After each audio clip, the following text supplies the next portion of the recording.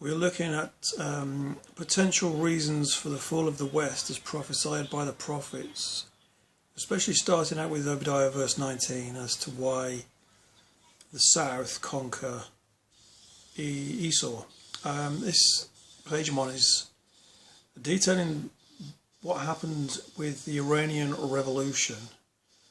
We see that there was in Iran there was a Shah who was backed by the Americans, and he was pro-West, and Iran had come under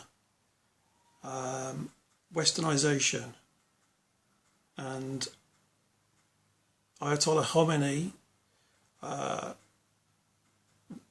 preached Islam against the Shah, that he was destroying Islam in Iran and that westernization should be rejected. If we look at the other opposition groups apart from Islam led by Khomeini, the other groups included Marxist party group called the Communist Tudeh Party.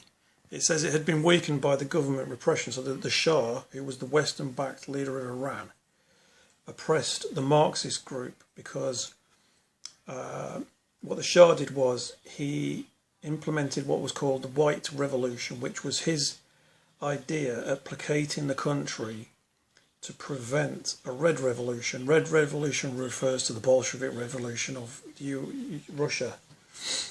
So with communism spreading throughout the world, in his attempt to halt communism, he oppressed this Marxist group. So he's saying, despite the fact that these Marxists were weakened by the Shah, who was the Western leader, or Western-backed leader, shall I say, these Marxist guerrillas helped play an important part in the final 1979 overthrow, delivering the regime its coup de grace, which means the death blow.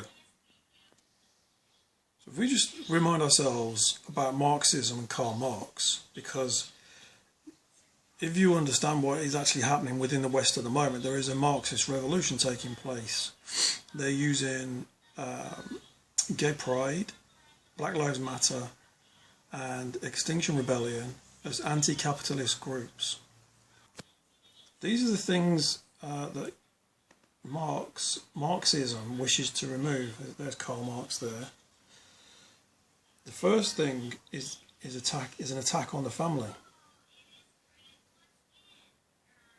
They want to destroy the family, and obviously gay pride fits that agenda. They're using political correctness, which is cultural Marxism, to attack traditional family values. Individuality, everybody, if you think about everybody now in this society is being pressured to adopt a state ideology. No one can deny that. Eternal truths, well, I'll come back to that one. I'm not sure what that one is. Nations, to remove the nations. No one can deny that's happening. If you look at the European Union, it's all about removing nationality. Everybody has to unite and become one. And removing the past. If you think about all those statues that they started to pull down.